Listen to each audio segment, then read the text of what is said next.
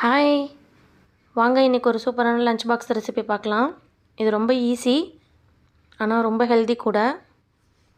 வாங்க எப்படி செய்யலான்னு பார்க்கலாம். ஃபஸ்ட்டு ஒரு மிக்சர் ஜாரில் கொஞ்சமாக அவலும் ரவையும் எடுத்துகிட்டு அதை நல்லா பவுட்ரு மாதிரி அரைச்சி எடுத்துக்கோங்க.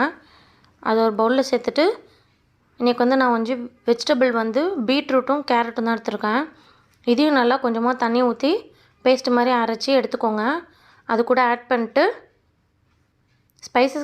ஸ்பைசஸ்க்கு நான் என்ன ஆட் பண்ணுறேன்னா கொஞ்சமாக சால்ட்டு, அப்புறம் ஒரு பிஞ்சு மிளகாத்தூள் ஆட் பண்ணிக்கோங்க. மிளகாத்தூள் ஆட் பண்ணதும் கொஞ்சமாக சீரகமும் ஆட் பண்ணிக்கோங்க. இல்லை ஒரு ஸ்பூன் நெய்யும் ஆட் பண்ணி நல்லா கொஞ்சமாக ஒரு 1.5 ஸ்பூன் தயிரும் ஆட் பண்ணி கொஞ்சமாக தேவையான அளவு வேணும்னா தண்ணி கொஞ்சம் ஆட் பண்ணி அதை நல்லா கையால் ஒரு டோ மாதிரி பசைஞ்சு ஒரு ஓரமாக வச்சுருங்க. இது ஒரு 10 to 15 நிமிஷம் ஊறணும். ஏன்னு பார்த்திங்கன்னா அதில் நம்ம ரவை சேர்த்துருக்கனால அது கொஞ்சம் ஊறி கொஞ்சம் டோ கொஞ்சம் டைட் ஆகும். அதனால் ஒரு 15 நிமிஷம் நம்ம ஊற வச்சுக்கணும். ஊறினதுக்கப்புறம் கொஞ்சம் அந்த மாவு கொஞ்சம் உங்களுக்கு திக்காக இருக்க மாதிரி இருந்ததுன்னா லைட்டாக வேணால் தண்ணி சேர்த்துக்கோங்க, இல்லைன்னா தேவை கிடையாது. இது எல்லாத்தையும் நல்லா அந்த மாதிரி பிசைஞ்சு வச்சுட்டு இட்லி பானையில் தண்ணி ஊற்றி அதை நல்லா பாலாக உருட்டி அதை நம்ம ஸ்டீம் பண்ணி எடுத்துக்கணும்.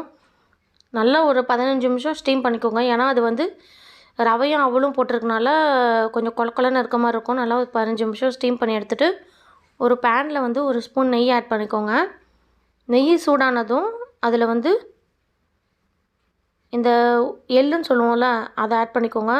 நான் வெள்ளை எள்ளு ஆட் பண்ணால் நல்லாயிருக்கும்.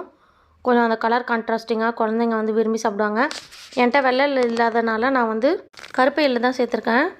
கருப்பு எள்ளு சேர்த்துட்டு அதை நான் பொரிஞ்சிடணும். பொரிஞ்சதுக்கப்புறம் ஒரு கொத்து கருவேப்பிலை ஆட் பண்ணிக்கோங்க.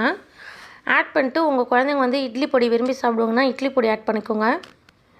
என் பையன் இட்லி பொடி சாப்பிட மாட்டான், அதனால் நான் மேகி மசாலா தான் ஆட் பண்ணியிருந்தேன்.